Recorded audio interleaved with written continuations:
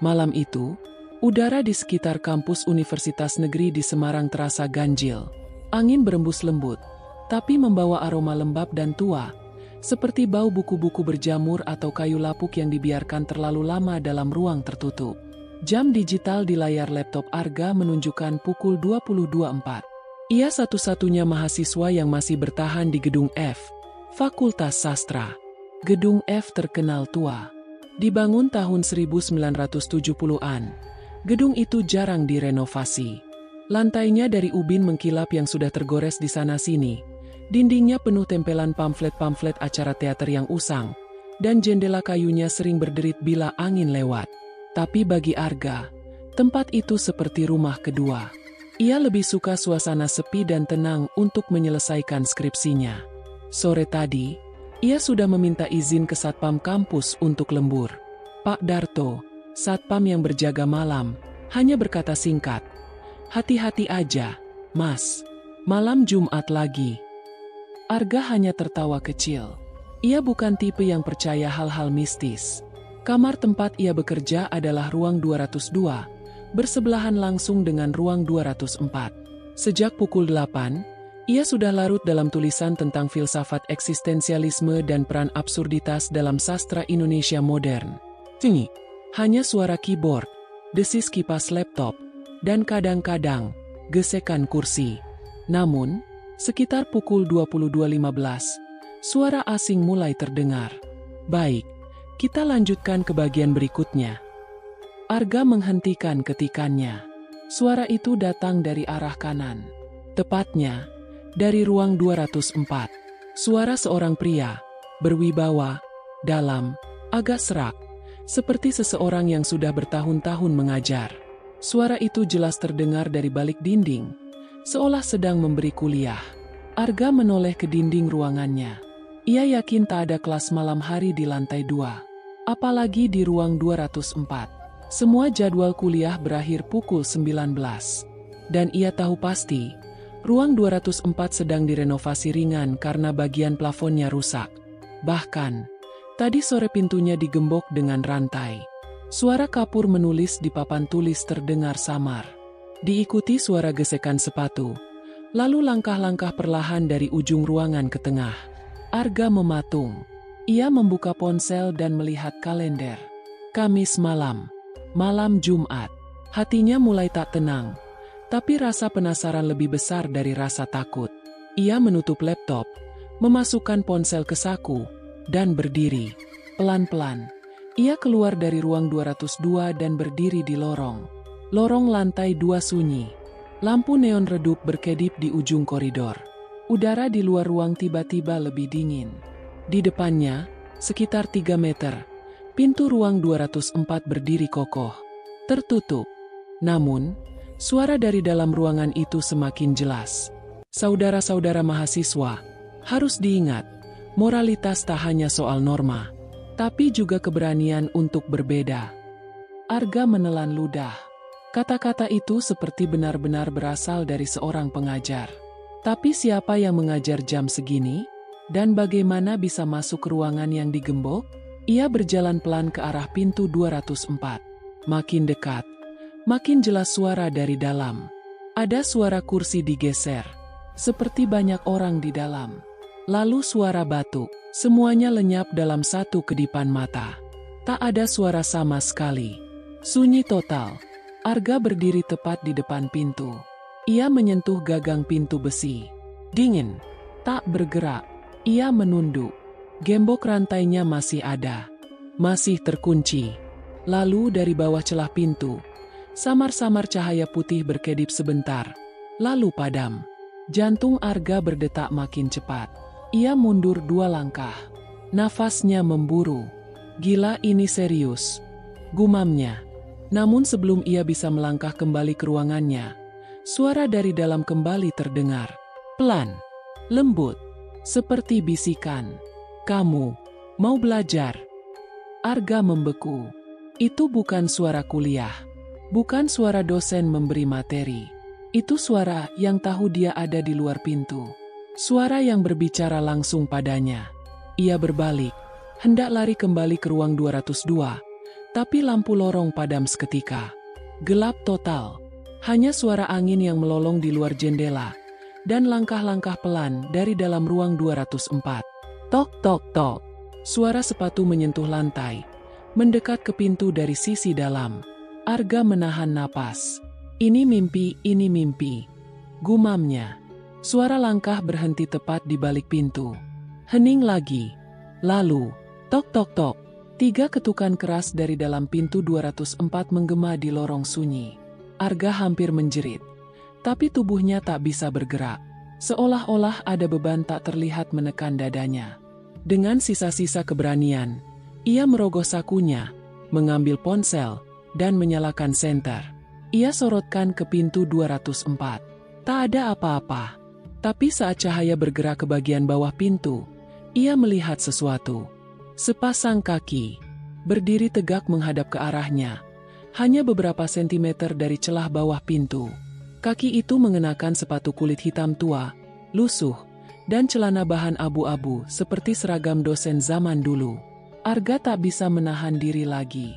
Ia lari, menuruni tangga 2 anak tangga sekaligus, nyaris tergelincir.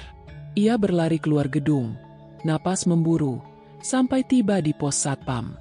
Pak Darto yang sedang menyeduh kopi terkejut melihatnya. "Loh, Mas Arga, kok pucat gitu?" Arga terengah-engah, masih syok. Ia menunjuk ke arah gedung F. Di atas ruang 204, ada yang ngajar, suaranya ada orang. Pak Darto diam sejenak, menatap Arga penuh arti. "Mas, ruang 204 digembok dari kemarin. Kunci gemboknya cuma 1. Ada di saku saya. Nggak ada siapa-siapa di atas." "Lah, saya dengar sendiri." Pak Darto menarik napas panjang, lalu berkata pelan, "Dulu, waktu saya baru kerja di sini, ada cerita soal dosen tua, namanya Dr. Harjo. Dulu ngajar filsafat di ruang 204. Orangnya keras, perfeksionis, idealis banget. Lalu, katanya, dia bunuh diri di dalam ruang itu. Gara-gara kecewa sama rektorat. Tapi jasadnya baru ketemu 2 hari kemudian. Dan sampai sekarang, ya. Kadang ada yang bilang masih suka ngajar. Tengah malam." Arga tak menjawab. Seluruh tubuhnya menggigil. Bukan karena angin malam, tapi karena ia tahu. Suara kuliah tadi benar-benar ada. Dan mungkin, kuliahnya belum selesai. Pagi harinya, Arga terbangun dengan kepala berat dan tubuh pegal, seolah habis berlari maraton semalaman. Ia masih bisa mengingat jelas suara-suara dari ruang 204, ketukan di balik pintu, dan sepasang kaki yang berdiri diam di balik celah itu. Ia mengucek wajah dengan kedua tangan. Jam di ponselnya menunjukkan pukul 7.26. "Gila, beneran kejadian tadi malam." Gumamnya, masih sulit membedakan mana mimpi dan mana kenyataan. Arga memutuskan tetap datang kuliah. Ia berharap kegiatan pagi ini bisa mengalihkan pikirannya dari kejadian semalam. Di grup WhatsApp kelas, sudah ada pengumuman. Kuliah pengantar filsafat jam 8.30 tetap jalan, ganti dosen sementara. Masuk semua ya. Mata kuliah itu biasanya diampu oleh Bu Linda, dosen filsafat yang terkenal santai dan terbuka. Tapi sejak 2 minggu lalu, ia izin cuti karena sakit. Jam 8.15, Arga sudah tiba di gedung H, tempat kuliah diadakan. Ruang pukul 35, di lantai 3, sudah dipenuhi sebagian besar teman sekelas. Beberapa terlihat masih menguap. Ada yang sibuk dengan laptop. Ada pula yang terlihat semangat karena penasaran dengan dosen pengganti. Lani, teman Arga yang duduk di bangku belakang, melambai. "Woi, gak biasanya kamu telat?" bisiknya saat Arga duduk. "Aku, tadi malam lembur," jawab Arga cepat. Malas menjelaskan lebih jauh. "Di kampus." Arga hanya mengangguk. Sebelum Lani sempat bertanya lebih jauh, pintu ruang kuliah terbuka. Seorang pria tua masuk. Langkahnya tegap namun perlahan. Usianya terlihat sekitar 60-an. Rambutnya disisir rapi ke belakang, mengenakan jas coklat tua yang agak usang, celana kain abu-abu, dan sepatu hitam mengkilap. Arga membeku. Sepatu itu, celana itu, langkah itu, Sama seperti yang dilihatnya dari balik celah pintu 204 malam tadi. "Selamat pagi," ucap pria itu dengan suara berat dan berwibawa. "Saya yang akan menggantikan Ibu Linda selama beliau cuti." Murid-murid langsung tenang. Tak ada yang bersuara. "Saya tidak suka keterlambatan," lanjutnya. "Dan saya tidak mengulang materi 2 kali." Ia menatap tajam ke seluruh ruangan, lalu berjalan ke meja dosen. "Nama saya Dr. R. Harjo. Saya tidak suka basa-basi. Sekarang, buka catatan Anda." Arga menelan ludah. "Tidak mungkin.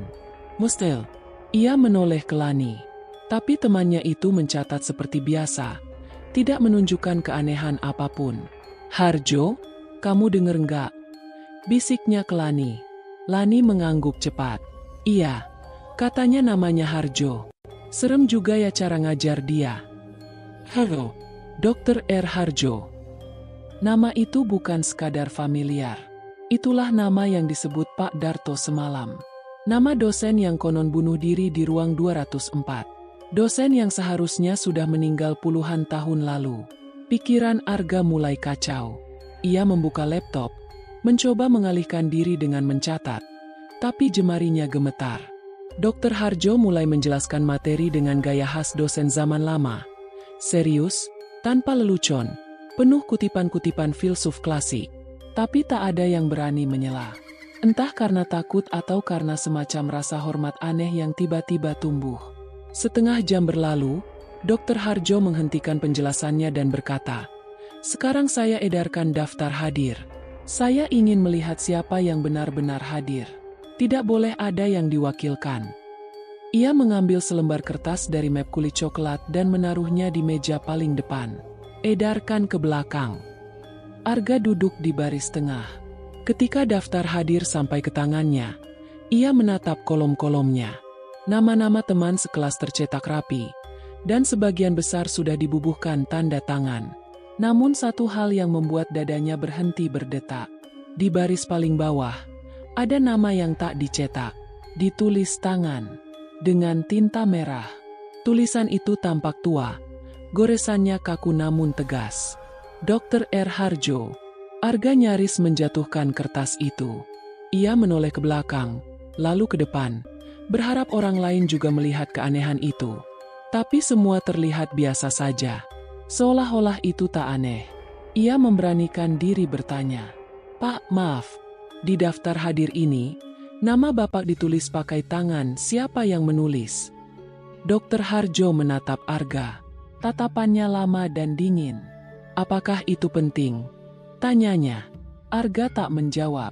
"Nama saya selalu hadir dalam daftar ini," lanjutnya pelan. "Karena saya tak pernah benar-benar absen." Kelas kembali sunyi. Hening. Tiba-tiba lampu di ruangan berkedip sebentar. Dan saat terang kembali, Arga merasa ruang itu lebih dingin dari sebelumnya. Ia mencoretkan namanya dengan tangan gemetar. Saat daftar hadir diteruskan, ia berbisik ke Lani, "Lo beneran gak ngerasa aneh sama dosennya?" Lani mengangkat bahu. "Ya serem sih. Tapi emang dosen tua-tua gitu biasanya galak. Kenapa sih?" Arga ingin cerita, tapi mulutnya keluh. Ia hanya bisa menatap punggung Dr. Harjo yang kembali mengajar seperti biasa. Tangannya menulis di papan tulis dengan kapur putih, mengeluarkan suara gesekan yang terlalu familiar. Sama persis dengan suara yang ia dengar dari ruang 204 semalam. Kuliah berakhir tanpa tanya jawab. Dr. Harjo hanya menutup mapnya dan berkata, "Pertemuan berikutnya, kita bahas tentang eksistensi manusia dalam dunia tanpa Tuhan. Harap dibaca. Siapa yang tidak siap, tidak perlu datang." Lalu ia berjalan keluar, tanpa berpamitan, tanpa senyum. Saat pintu tertutup di belakangnya, satu persatu mahasiswa mulai mengobrol lagi. Sebagian mengeluh soal gaya mengajarnya. Sebagian memuji kedalaman materinya. Arga tidak berkata apa-apa. Ia hanya duduk terpaku. Ia memutuskan mengecek sesuatu. Setengah jam kemudian, ia tiba di ruang administrasi fakultas. Ia mengetuk pintu dan disambut oleh Mbak Desi, staf tata usaha yang sudah mengenalnya. Mas Arga." Ada perlu apa? Arga menelan ludah. Mbak, saya mau nanya dosen pengganti Bu Linda hari ini siapa ya namanya? Oh, sebentar ya. Mbak Desi membuka komputer. Ia mengetik sebentar, lalu berkata, harusnya Pak Wisnu dari Fakultas Ilmu Sosial. Tapi tadi pagi beliau telepon batal. Katanya jatuh di kamar mandi. Jadi kelasmu dibatalkan, kan? Arga mengerutkan dahi. Dibatalkan? Tapi kami tadi tetap kuliah. Mbak Desi tampak bingung. Kok bisa? Siapa yang masuk? Arga menelan ludah. Ia membuka daftar hadir yang tadi sempat ia foto dengan ponselnya. Diperlihatkannya ke Mbak Desi. Namun, sesuatu membuat perutnya mual seketika. Baris terakhir, tulisan tangan tinta merah itu sudah tidak ada. Nama Dr. R. Harjo lenyap. Kolom itu kosong. Mbak Desi hanya mengangkat alis. Ini siapa, Mas? Arga menatap layar ponselnya. Pandangannya mulai kabur. Ia sadar sesuatu yang jauh lebih besar sedang terjadi. Dan ini baru permulaan. Arga keluar dari ruang tata usaha dengan langkah gontai. Ia merasa seolah sedang tersedot ke dalam lubang yang tak berujung. Semakin dalam ia mencoba memahami apa yang terjadi, semakin tak masuk akal semuanya. Nama Dr. Harjo hilang dari daftar hadir. Tapi ia ingat jelas suara, wajah, dan kuliahnya. Lalu siapa yang mengajar tadi pagi? Langkah Arga terhenti di lorong kampus yang mulai ramai oleh mahasiswa lain. Mereka terlihat biasa, bercanda, lalu lalang seperti tak ada yang janggal. Dunia terus berjalan. Seolah hanya dirinya yang berada di tengah labirin realitas yang retak. Ia berdiri mematung di depan mading fakultas. Di sana, seperti biasa, terdapat papan pengumuman dan dokumentasi sejarah fakultas, termasuk foto-foto angkatan dari tahun ke tahun yang dipigura dan digantung di dinding. Arga menatap satu demi satu foto itu, berharap pikirannya bisa terdistraksi walau sebentar. Tapi saat matanya sampai pada foto angkatan tahun 1983, tubuhnya menegang. Di barisan paling kanan, berdiri tegak seorang pria tua dengan jas coklat tua, celana bahan abu-abu, dan tatapan yang tajam. Itu dia, Dr. R. Harjo. Wajahnya persis seperti pria yang mengajar tadi pagi. Arga mendekat, meneliti nama-nama yang tertera di bagian bawah foto. Ia mencari satu nama, Harjo. Ada, tertulis jelas. Dr. R. Harjo, dosen tetap filsafat moral, 1979-1983, almarhum. Almarhum. Kata itu seperti palu yang menghantam kepala Arga. Ia mundur satu langkah, menatap lagi wajah pria itu. Tersenyum tipis, seolah tahu sedang diperhatikan. Tiba-tiba, suara dari belakang mengejutkannya. Kamu ngapain liatin foto lama, Ga? Arga menoleh cepat. Lani berdiri di belakangnya, membawa 2 minuman dalam cup plastik. Kagetin aja, desah Arga. Minum dulu, mukamu pucat banget, kata Lani, menyerahkan satu cup. Arga menerima, tapi tak langsung minum. Lan, kamu tahu nggak, siapa dosen yang ngajar tadi pagi? Yah, yang tua itu kan? Kenapa sih? Kamu kepikiran terus. Dia, bukan dosen pengganti resmi. Tadi aku cek di tu. Harusnya yang ngajar itu Pak Wisnu. Tapi katanya batal. Lani mengerutkan dahi. Terus, siapa yang masuk kelas tadi?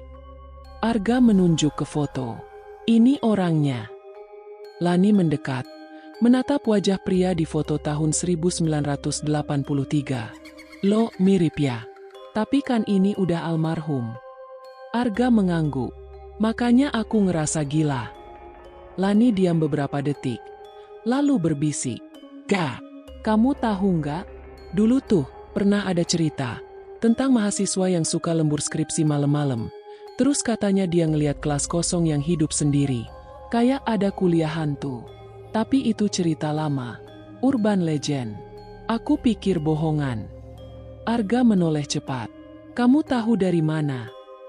Dari kakakku. Dia alumni sini. Angkatan 2010. Pernah cerita iseng waktu aku mau masuk kuliah dulu. Tapi aku nggak pernah percaya. Arga memejamkan mata. Semua mulai tersambung. Ruang 204. Suara kuliah malam hari. Dr. Harjo yang muncul keesokan paginya. Lalu namanya di foto angkatan yang seharusnya sudah mati. Mereka berdua diam beberapa saat. Di tengah lorong, suara mahasiswa lain berlalu seperti gema dari dunia lain. Tiba-tiba, Arga teringat sesuatu. Lan, kamu ikut sesi foto angkatan minggu lalu, kan? Lani mengangguk.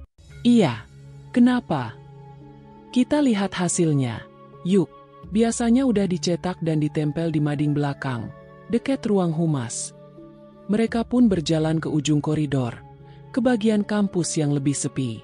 Di sana terdapat papan dokumentasi angkatan mahasiswa baru dan kegiatan kampus, lengkap dengan foto kelompok besar dan kecil. Arga mencari foto angkatan mereka. Ia ingat mereka difoto di depan gedung rektorat. Ia bahkan ingat dirinya berdiri di barisan tengah, dekat Lani. Dan benar, foto itu sudah ditempel. Tapi, Lan coba lihat baik-baik. Bisik Arga. Di sisi kanan foto, berdiri seseorang yang tidak seharusnya ada.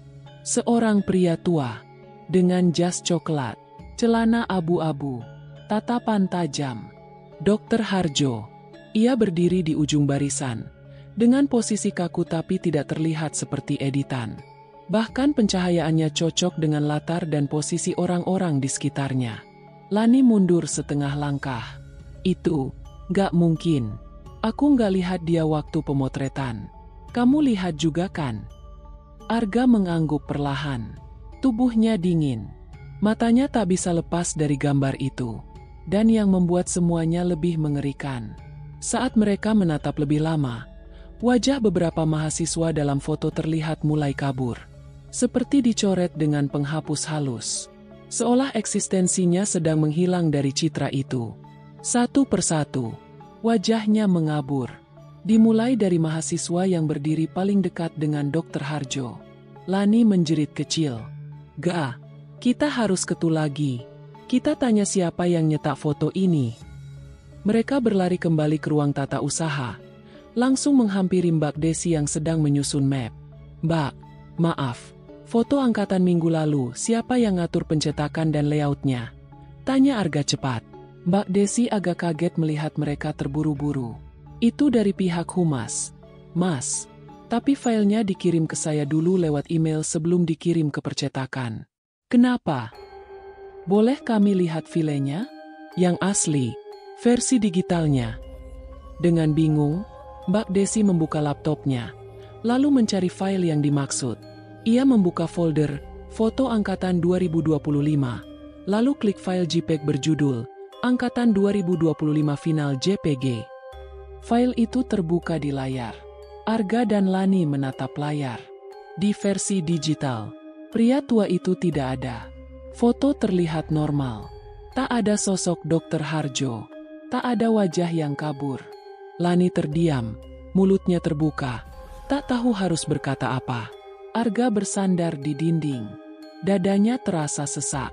Dicetakan muncul, tapi di file aslinya nggak ada. Mbak Desi hanya bisa menatap bingung. Mas Arga, kamu kenapa? Arga menggeleng lemah. Ada sesuatu yang salah di kampus ini.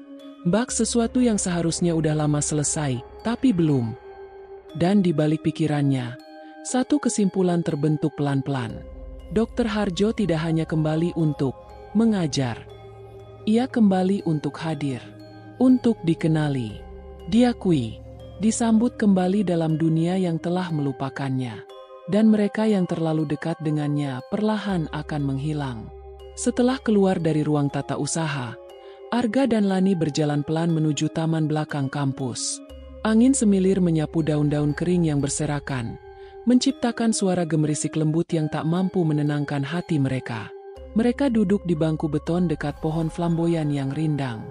Mata Lani masih terpaku pada layar ponselnya, menatap foto angkatan yang ia potret beberapa hari lalu. Sosok pria tua itu masih ada di sana. Masih berdiri di ujung barisan. Dan kini, wajah dua mahasiswa yang berdiri paling dekat dengannya makin buram. Gak, kita harus kasih tahu orang, ujar Lani. Suaranya gemetar. Dosen. Siapapun. Ini bukan hal biasa. Arga memejamkan mata. Ia ingin mempercayai bahwa melapor akan menyelesaikan segalanya. Tapi suara hati kecilnya berkata lain. Kalau mereka percaya, mungkin. Tapi kalau enggak. Lani terdiam. Arga melanjutkan. Tadi aja itu, kita dikira halusinasi. Nama Dr. Harjo nggak ada di daftar hadir. Wajahnya nggak ada di file foto digital. Tapi jelas-jelas ada di cetakan. Dan, Lani, kamu lihat sendiri, sekarang 2 orang di foto itu makin kabur. Lani membuka mulut, hendak menjawab. Tapi ponselnya tiba-tiba berbunyi. Notifikasi WhatsApp. Ia membuka grup kelas. Pesan terbaru dari ketua kelas. Info. Devi dan Rio belum bisa dihubungi sejak tadi malam. Kalau ada yang tahu kabar mereka, segera hubungi aku atau wali dosen. Terima kasih. Lani membaca pesan itu keras-keras. Arga langsung menoleh tajam. Devi dan Rio. Ulangnya. Mereka yang berdiri paling dekat dengan Harjo di foto. Mereka berdua saling menatap. Dan untuk pertama kalinya, tidak ada kata yang bisa menggambarkan ketakutan yang merambat masuk ke tulang belakang mereka. Arga segera membuka daftar kontak di ponselnya. Ia mencari nama Rio dan Devi. Tidak ada. Lani, kamu punya nomor Devi? Atau Rio? Lani mengetik cepat. Rio ada. Devi aneh. Kok nggak ada ya? Ia membuka Instagram. Mencari nama Devi. Tidak ditemukan. Coba lihat foto-foto kelas kita di IG. Ujar Arga cepat. Lani membuka akun dokumentasi angkatan. Ia membuka salah satu foto kegiatan ospek yang dilakukan 2 bulan lalu. Aneh, ini foto kelompok B. Harusnya Devi ada di sini. Aku ingat dia bagian dokumentasi. Tapi sekarang nggak ada.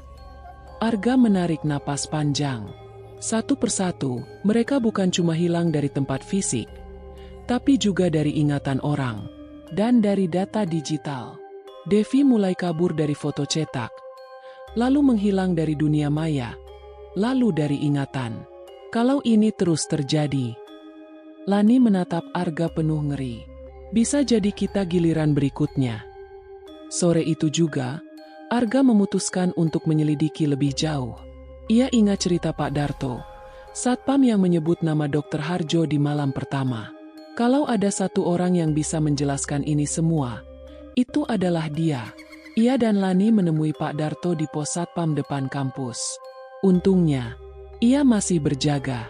Pak Darto, sapa Arga cepat. Boleh ngobrol sebentar? Soal dosen yang Bapak ceritakan malam itu. Pak Darto memandang keduanya dengan raut bingung. Dosen? Malam itu? Iya, Pak. Yang Bapak bilang meninggal bunuh diri di ruang 204. Harjo. Wajah Pak Darto berubah. Ia mengerutkan kening. Harjo. Gumamnya pelan. Lani maju. Pak, tolong jangan bilang. Bapak lupa siapa itu Harjo. Pak Darto berpikir keras. Saya sudah kerja di sini hampir 20 tahun. Tapi nama itu, saya rasa tidak kenal. Harjo siapa? Arga membeku. Baru 2 malam lalu Pak Darto menceritakan tentang Dr. Harjo dengan detail. Tapi sekarang, ekspresinya benar-benar asing. Pak, Bapak yang bilang dia pernah mengajar di sini, tahun 80-an, yang katanya bunuh diri. Pak Darto menggeleng pelan. Saya gak pernah cerita itu. Nak, maaf ya. Arga mundur perlahan. Kepalanya terasa berat. Pikirannya kacau. Bahkan orang yang memberi informasi itu kini tak lagi mengingatnya. Dr. Harjo sedang menghapus jejak. Bukan hanya menghapus orang, tapi juga memori tentang mereka. Dan sekarang, ia sadar, hanya orang-orang yang melihat langsung Harjo yang masih bisa mengingatnya. Dan itu jumlahnya semakin sedikit. Malamnya, Arga dan Lani kembali ke kos masing-masing. Tapi mereka sepakat untuk tetap berkomunikasi lewat video call. Rasa takut membuat mereka enggan tidur sendiri. Besok kita cari data di perpustakaan lama, ucap Arga. Kalau benar Harjo itu dulu dosen sini, pasti ada catatannya. Foto, artikel, atau bahkan skripsi mahasiswa yang dia bimbing. Lani mengangguk. Setelah panggilan berakhir, Arga duduk di depan meja belajarnya. Ia membuka laptop dan mencoba menulis semua kejadian yang ia alami sejak malam di ruang 204. Semacam catatan. Jika sewaktu-waktu ia pun mulai melupakan. Ia mengetik dengan cepat. Hari pertama, mendengar kuliah tengah malam di ruang kosong. Hari kedua, dosen misterius masuk kelas. Namanya Dr. R. Harjo. Hari ketiga, dia muncul di foto angkatan. 2 mahasiswa yang berdiri dekat dengannya mulai menghilang. Hari keempat, mereka lenyap, dan orang-orang mulai melupakan mereka. Ia menyimpan file itu dalam folder bernama "Jangan Lupa" di desktop. Tiba-tiba, notifikasi masuk dari WhatsApp, grup kelas. Pesan dari sekretaris kelas. Update terbaru. Devi dan Rio kemungkinan besar keluar dari kampus sejak minggu lalu. Tidak tercatat di sistem KRS. Semua kegiatan mereka juga tidak ditemukan di catatan organisasi. Arga membaca ulang pesan itu. Keluar dari kampus sejak minggu lalu? Mereka ada di kelas 2 hari lalu. Ia ingat mereka duduk di depan. Ia membuka chat pribadi ke ketua kelas. Arga, kamu yakin Devi dan Rio keluar? Mereka ikut kelas Harjo 2 hari lalu. Balasan datang beberapa menit kemudian. Ketua kelas. Harjo? Siapa itu? Kita nggak pernah ada dosen namanya Harjo. Arga menjatuhkan ponselnya. Tangannya gemetar. Ia mulai sendirian.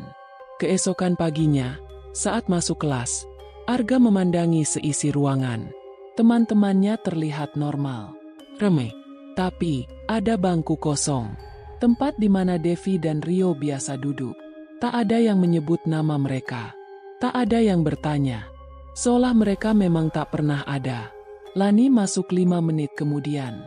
Ia duduk di samping Arga. "Ga," bisiknya. "Aku buka foto angkatan tadi pagi." Arga menoleh cepat. Dan sekarang 3 wajah kabur. Arga menatapnya ngeri. "Siapa lagi?" Lani menatap kosong ke depan. "Kayaknya aku." Dan untuk pertama kalinya, Arga menyadari sesuatu yang meremukkan hati. Ia mencoba mengingat. Apa nama lengkap Lani? Kapan ulang tahunnya? Jurusan tepatnya? Kosnya di mana? Dan ia tak bisa. Arga menatap Lani lama sekali. Ia mencoba mengingat. Keras. Siapa dia sebenarnya? Tapi namanya terasa seperti kabut yang tak bisa disentuh. Ia tahu bahwa mereka dekat. Ia tahu mereka pernah berdiri bersama di hadapan sesuatu yang mengerikan. Tapi selain itu, semua seperti hilang, menghilang, seperti Devi dan Rio. Lani masih duduk di sampingnya, menatap ke depan. Namun kini, sorot matanya kosong, seperti seseorang yang mulai kehilangan tempatnya di dunia ini. "Aku takut, Ga," bisik Lani lirih. "Aku bisa ngerasa diriku mulai pudar." Arga memegang tangannya erat. "Dengar, kamu nggak akan hilang. Kita bisa hentikan ini. Kita bisa kembalikan semuanya." Lani menggeleng pelan. "Kalau kita pun mulai lupa, berarti waktunya tinggal sedikit." Suasana kelas begitu normal. Di sekeliling mereka, mahasiswa lain bercanda, bersiap memulai pelajaran. Tak seorang pun memperhatikan keanehan yang sedang terjadi di bangku belakang. Tiba-tiba, Arga teringat satu tempat, perpustakaan lama. Gedung tua yang sekarang sudah tak dipakai lagi, berada di sisi timur kampus, dekat taman biologi. Konon, di sanalah semua catatan fisik zaman dulu disimpan, termasuk buku pengajaran dan arsip dosen. "Lani, kita harus ke perpustakaan lama. Sekarang." Gedung perpustakaan lama sudah lapuk. Pintu kayunya kusam dan catnya terkelupas. Tak ada mahasiswa yang ke sana lagi. Hanya burung dan kelelawar yang tinggal di sela-sela atap. Arga dan Lani masuk dengan langkah hati-hati. Lani tampak makin lemah. Jalannya lambat. Kadang ia berhenti sejenak dan menatap sekeliling seperti lupa sedang apa. "Lani, tahan." "Ya." Aku janji kita bisa atasi ini, desak Arga sambil mendukung lengannya. Mereka masuk ke bagian belakang perpustakaan, kerak-rak yang sudah tertutup debu. Di sana, tergantung papan usang bertuliskan Dosier dosen 1970-1990. Arga mulai membuka satu persatu map tua yang tersusun dalam laci kayu. Bau kertas lapuk menguar. Jarinya gemetar saat menemukan nama itu. Dr. R. Harjo, Filsafat Moral, 1979-1983. Ia membuka dokumen itu. Di dalamnya terdapat salinan ijazah, SK pengangkatan, daftar mata kuliah yang pernah diajarkan dan satu lembar kertas lusuh yang berbeda dari lainnya. Tulisan tangan agak bergetar, seolah ditulis dengan tergesa. Jika ritual tidak diselesaikan, arwahnya akan terus kembali. Menghapus, mengganti. Hanya mereka yang mengingatnya yang bisa mengusirnya kembali. Ritual pengembalian harus dilakukan di ruang tempat ia mati. 204. Pada waktu ia biasa mengajar, pukul 19.45.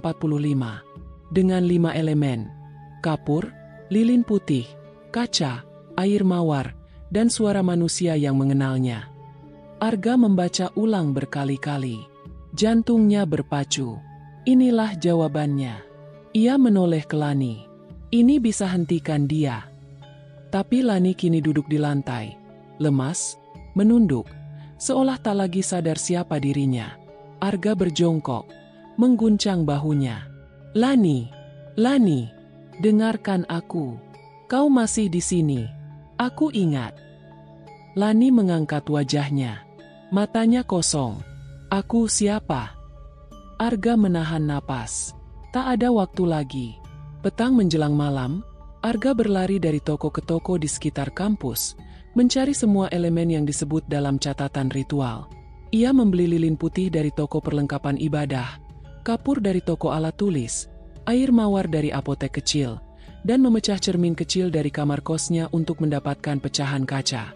Ia memasukkan semua ke dalam tas ransel dan berlari menuju kampus yang mulai sepi. Langit mendung, angin dingin berhembus pelan seperti menyambut sesuatu yang tak kasat mata.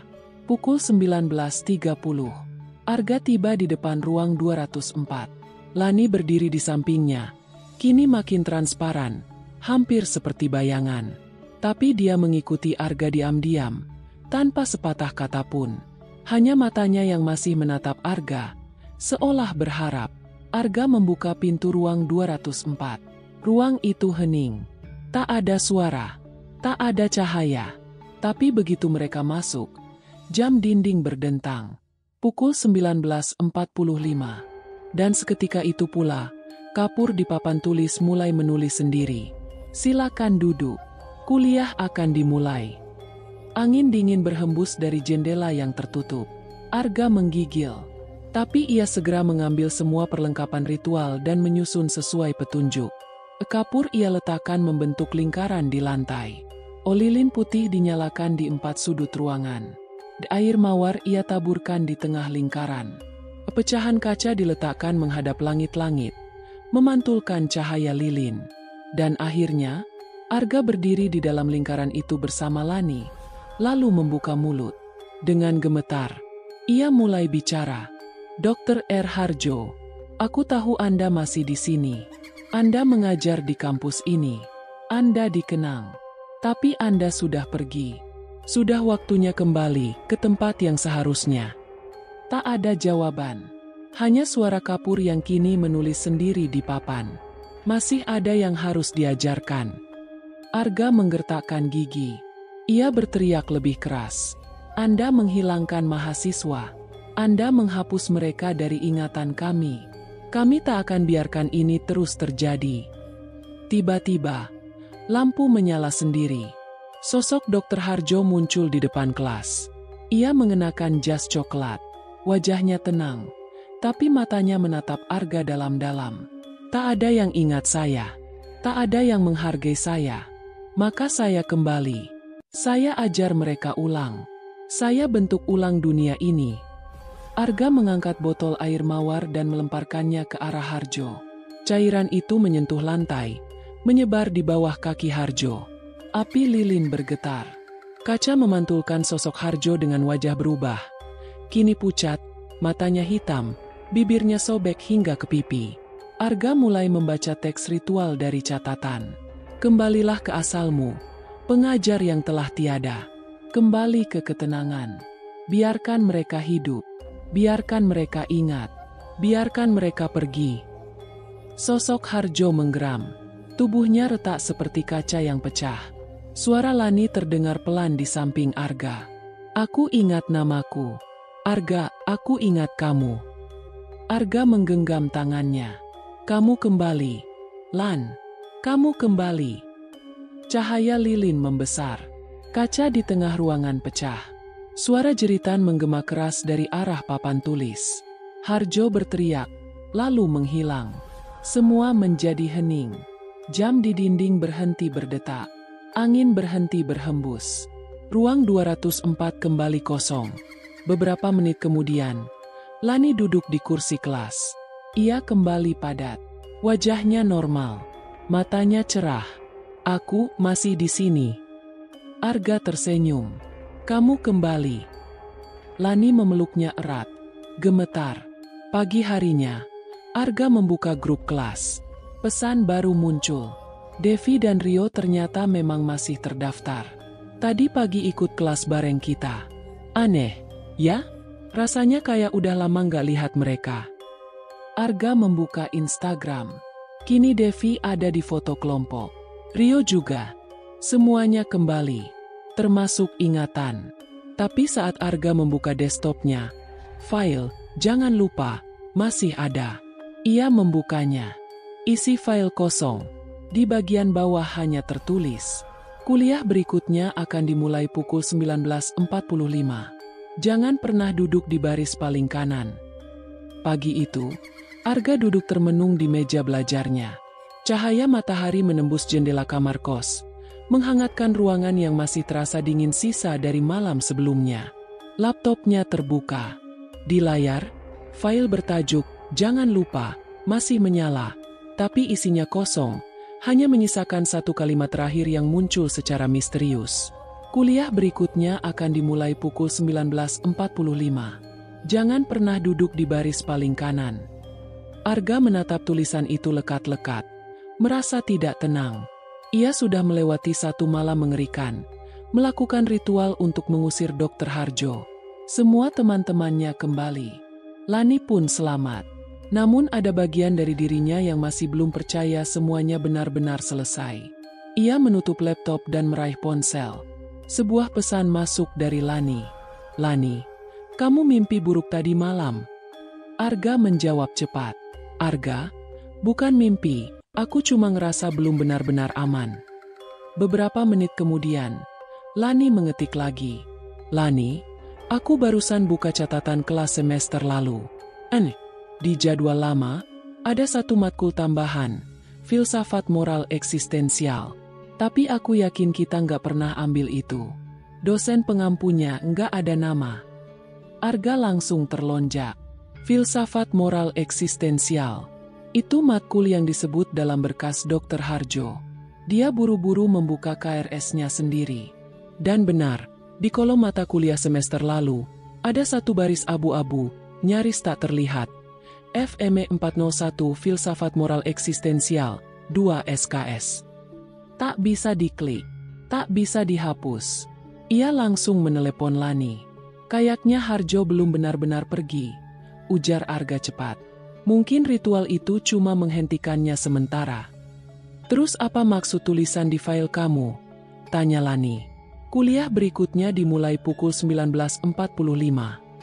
Berarti dia akan kembali malam ini. Lani terdiam. Dan, jangan pernah duduk di baris paling kanan. Itu semacam peringatan.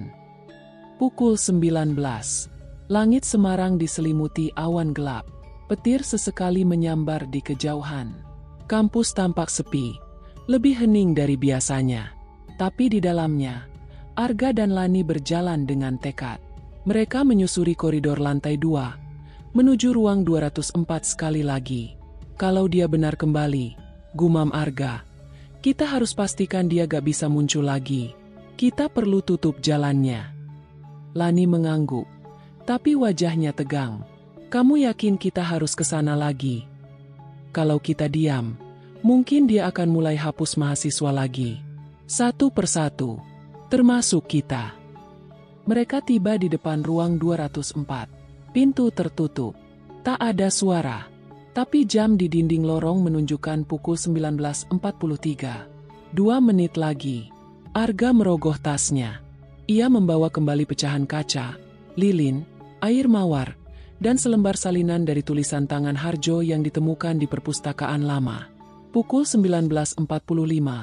Detik jam berdentang keras. Arga membuka pintu. Ruang itu kosong. Namun atmosfernya langsung berubah dingin. Lampu menyala redup. Lalu mati seketika. Hanya cahaya kilat dari luar yang sesekali menerangi ruangan. Lani ragu-ragu melangkah masuk.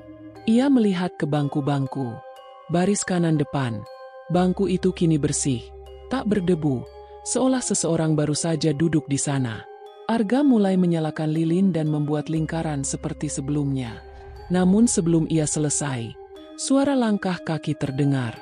Dari dalam ruangan, Lani mencengkeram lengan Arga. Dia di sini. Di depan papan tulis, perlahan muncul sosok Dr. R. Harjo. Tapi kali ini, wajahnya benar-benar tak manusiawi. Wajahnya separuh membusuk, mata kiri berlubang hitam, dan jas coklatnya robek penuh noda tinta dan darah. "Selamat malam, mahasiswa," ucapnya, suaranya parau. "Silakan duduk. Kita akan melanjutkan sesi terakhir." Arga berdiri di hadapannya. "Kami tahu siapa Anda. Kami tahu Anda ingin terus ada. Tapi ini bukan tempat Anda lagi." Harjo menatap tajam. "Tempat ini milikku. Kampus ini milikku. Dan siapapun yang masuk ruang ini setelah jam 19.45 adalah milikku." Tiba-tiba, dari bangku kanan depan, muncul suara tertawa. Lani menoleh. Seorang mahasiswa laki-laki duduk di sana. Ia mengenakan jaket alma mater. Wajahnya asing. "Siapa dia?" bisik Lani. Arga menggeleng. "Aku gak tahu, dia gak ada tadi." Harjo melangkah ke arah mahasiswa itu. "Selamat datang, nak. Kau memilih duduk di tempat yang tepat. Tempat yang membawaku kembali." Tangan Harjo menjulur, menyentuh kepala mahasiswa itu. Tubuh si mahasiswa bergetar hebat, lalu mulai retak, seperti tanah kering pecah. Wajahnya berubah, perlahan menghilang, menjadi kosong. "Dia dijadikan pengganti," desis Arga. "Harjo butuh wadah baru untuk tetap eksis." Arga segera mengambil air mawar dan melemparkannya ke arah Harjo. Lilin menyala besar. Harjo mengerang. Sosoknya goyah. "Baca mantranya, Lani," teriak Arga. Lani membuka catatan. "Kembalilah ke asalmu, pengajar yang telah tiada. Kembalilah dalam nama waktu yang menolakmu. Dalam nama kenangan yang menghapusmu. Dalam nama kebenaran yang melucutimu." Harjo berteriak nyaring. Suara dari seluruh ruangan ikut melolong. Bayangan dari dinding mulai melengkung, seolah hendak menghisap sosok Harjo kembali. Namun sebelum tubuhnya sepenuhnya lenyap, Harjo menunjuk Lani. "Tak semua kenangan bisa dihapus. Sebagian akan tinggal, dan akan tumbuh kembali. Kalian pikir sudah menang, tapi sesi berikutnya belum dimulai." Dengan suara keras, tubuh Harjo hancur berkeping, lalu lenyap bersama hembusan angin kencang. Lilin padam. Semua hening. 2 hari kemudian, kampus kembali normal. Arga dan Lani duduk di taman belakang, di bangku di bawah pohon flamboyan yang mulai berbunga lagi. Suasana hangat, remeh, seolah tak pernah ada malam-malam mencekam di ruang 204. Namun saat Arga membuka laptopnya, sesuatu membuatnya terpaku. Folder, jangan lupa, kini berisi satu file baru, yang tak pernah ia buat.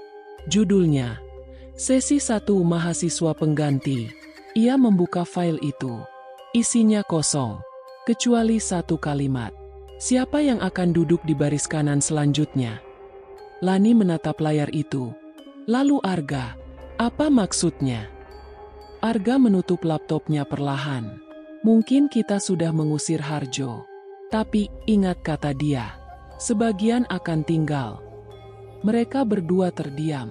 Angin bertiup pelan, membawa aroma bunga flamboyan yang gugur.